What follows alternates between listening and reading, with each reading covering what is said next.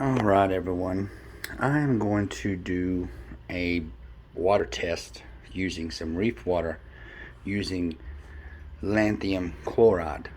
Now, a lot of people know lanthanum chloride in this hobby as something to help reduce phosphates. A lot of products out there, reef products that sell a lanthanum based dosing product, but I've used those and I mean it was good success.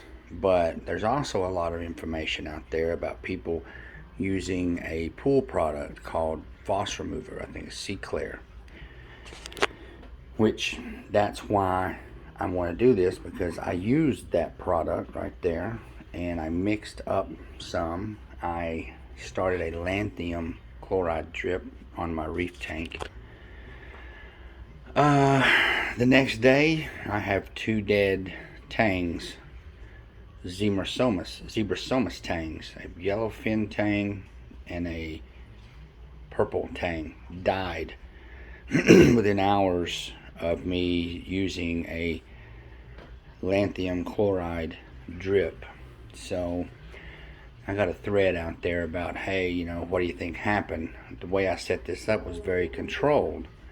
These fish died. They acted like they had gotten precipitant in their gills. They went kind of to the surface for a while. This is very odd because in my controlled dosing implementation, I put a 3-layered micron filter sock and dosed into that. So the fact that these two fish died after using this brand of lanthanum chloride is odd, because I've used the other ones in the past and the fish made it through those. Those were reef products. It wasn't a pool product. But my theory is that some of the precipitant that lanthanum chloride produces when added to a reef tank with high phosphates got into my display tank and plugged up the fish's gills. Now, I'm probably talking about a lot of stuff that may be over some of y'all's heads. If not, I'm sorry. If I am, I'm sorry. But for those that know what lanthanum chloride does and how it affects fish, then you'll kind of hang with me. When you dose lanthanum chloride, you're supposed to dose into a filter sock. And the web says, the internet says 10 micron. Well, when I was researching this, I thought, why 10 micron? Well, I never could find any solid evidence saying the mole size of the liquid, the lanthanum chloride, is X microns in diameter. I never could find anything like that. It seemed to be more along the lines people have just had success with a 100 micron sock. So, that's kind of what I went with. So what I'm going to do here is I want to take some pool water, which I have over here in this container there. Take some of that pool water, or not pool water, I'm sorry, tank water, and I'm going to add some lanthanum chloride that I've got right here. This was my dose mix that I put on my reef tank. It was the ratio of lanthanum chloride to pool water, reef water, was 5 milliliters to 120 or 1200 milliliters of RODI water. That's what this ratio is. So I'm going to take this lanthanum chloride and I'm going to put it into this tank water and see if we can watch the precipitant form.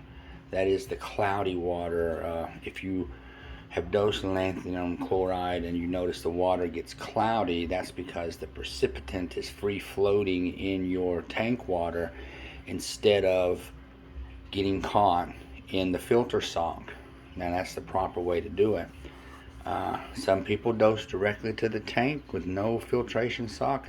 I mean, it's very odd, very odd. Success stories are greater than the horror stories, and sadly for my tank, this is a horror story.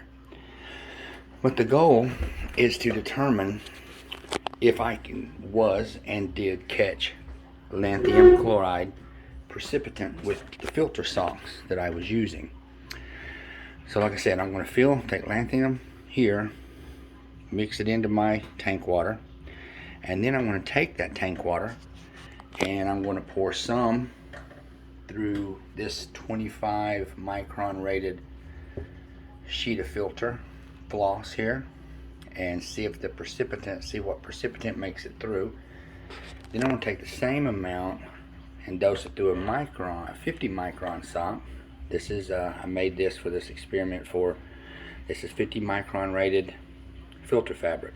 How do I know? That's what the internet said it was. So then I'm going to take that same water and I want to run it through a 10 micron rated supplier made filter sock rated for 10 microns, and then I'm going to take and run it through a 10 micron rated filter fabric.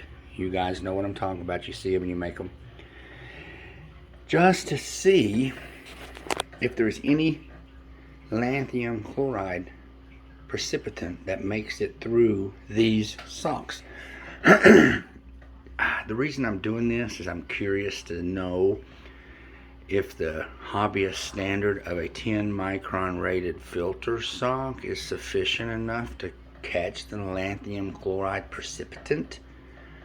Because like I said, in my tank, what I did when I started my lanthanum chloride drip, I took a 50 micron rated sock, stuck it inside a 25 micron rated filter sock, and then stuck those two inside a 10 micron rated filter sock. I was not going to take any chances in not catching precipitant. My theory was, by stacking those 50, 25, 10, I would catch larger stuff and then even smaller stuff, and then by the time the precipitant hit my 10 micron sock, that's all that 10 micron sock would be catching. Again, that is just my approach. That's just how I did it. I did not want that stuff getting into my display. Now, the way that I had set my lanthanum chloride drip up was I hung an IV bag from the ceiling of my fish room and inserted the tubing into my emergency overflow drain that sits inside my overflow, because that emergency overflow drain goes straight to my sump, and then I put this filter sock bundle at the end of that emergency overflow drain, so that way the water would mix and it would go straight to the socks. There was no chance that it could leach into the water, so I thought. I have 2 dead fish. I don't know, something got into the water. But anyway, that's what I'm going to do. So I'm going to do this live. I'm not going to rehearse it or nothing like that. So I kind of think rehearsed stuff, as informative as it is, it's not real world. So like I say, here we go. I'm going to take some of this lanthanum in here. Hopefully we'll see a chemical reaction of this precipitant developing. And if any of you guys have ever used lanthanum, this is a very hard plunger. Very hard plunger. And I don't even know. There, it's in there. It already looks like it's turning cloudy. Now see, what you're seeing, that cloudiness develop, is supposed to be the precipitant, the lanthanum chloride, bonding with the phosphates in the water. Clearly that got cloudy. So there we go. So now first I'm going to take this 25 micron rated filter fabric here. Let me set my test subjects to the side. Hold on a minute. Move this here. Here we go. See, look how cloudy that's got. That lanthanum chloride is bonding with that phos. Alright, this is a 25 micron rated filter fabric. Why do I cut it in sheets like that? Why do I have those? Because I put these in my overflows, and it's a perfect fit on top, just like that in my overflows, but that's another subject for later. So, this is going to be quite hard to do, maybe. Let me get some of this water out of here. Clearly, you can tell. Hard to do this with one hand. Hold on, guys.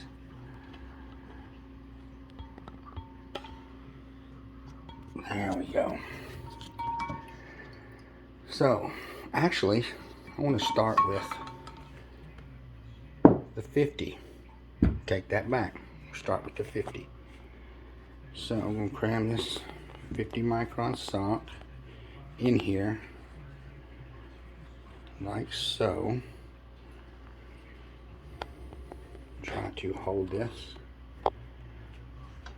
Now I'll show you the results after I do it, but just since I'm only one-handed. So there we go.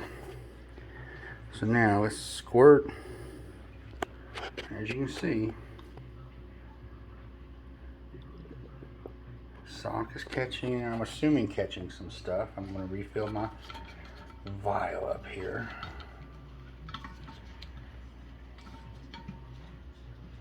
Okay, got another dose ready to go.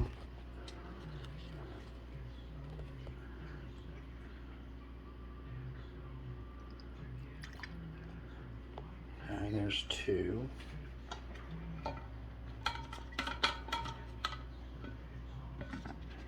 Like I said, I'm doing this thing live, so you know what, to all you people that think it should be prime time, premiere quality, I disagree. I'm doing this so everybody can, in the real world, look at this.